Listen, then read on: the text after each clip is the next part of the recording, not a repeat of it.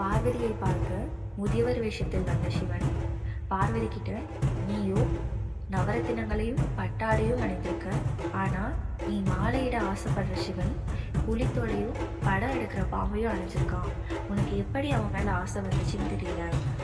பார்வதி, எனக்கு பிடித்தவருடன் வாழ நான் ஆசைப்படுறேன், உங்களுக்கு பிடிக்கலனா நீங்க இங்கிருந்து கிளம்பலான்னு கோவப்படுறாங்க.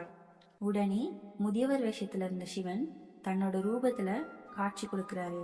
பார்வதி அவரை பார்த்து பிரமிச்சு போயிட்டாங்க. அவங்களோட கண்கள்ல பக்தியும் காதலும் கண்ணீரா வருது.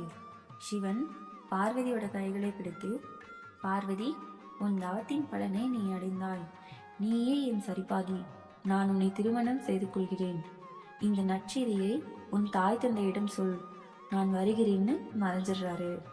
சிவன் பார்வதி கல்யாணத்துல ஏதாவது அதிசயம் நடக்குமா?